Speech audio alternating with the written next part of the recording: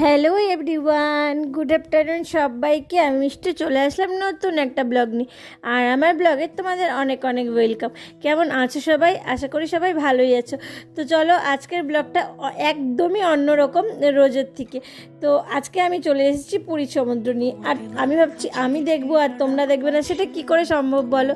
তাই আমি এখন তোমাদের সাথে আমার সমুদ্র সৈকতের অভিজ্ঞতা শেয়ার করব। অভিজ্ঞতা বলতে কি, চলো দেখে নাও। এখন রাত্রে যেন সমুদ্রের মানে সৌন্দর্য আরও মানে দ্বিগুণ বেড়ে যায়। কি করে বলবো আর কি করে বোঝাবো? যে এই সমুদ্র দর্শন করেছো সেই খালি বুঝবে যে মানে সমুদ্রের সৌন্দর্যটা মানে অনুভব করা মানে কি বলবো, জীবন সার্থক, চোখ সার্থক।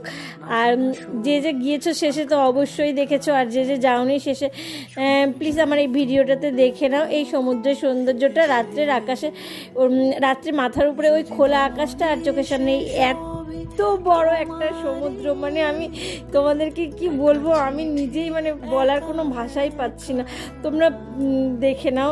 আর এই সমুদ্রের মানে কি বলবো, এই ফিলিংটা যে সমুদ্র দেখা রাত্রেবেলা খোলা আকাশের নিচে বসে বসে, আর এত সুন্দর সৌন্দর্য মানে ভাষায় তুলনা করা যায় না। মানে আমি মানে মানে কি বলবো, আমি বলার কোনো ভাষাই পাচ্ছি না। তোমরা বুঝে নিও। ভিডিওটা এখানেই শেষ করলাম।